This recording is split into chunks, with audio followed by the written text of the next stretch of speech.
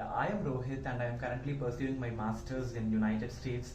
I have been taking the Salesforce coaching from CRS Info Solution for nearly like 6 months, and now I have completed the admin side of the Salesforce, and now I'm eagerly waiting and very much interested towards the non-coding side of the Salesforce. So basically in Salesforce you have like 4 categories in the non-coding domain. So in those 4 categories you can choose like whatever you want, and you can like expertise in those categories specifically. So talking about the trainer, he is very much professional, supportive and friendly, and you can ask doubts whenever and wherever you want.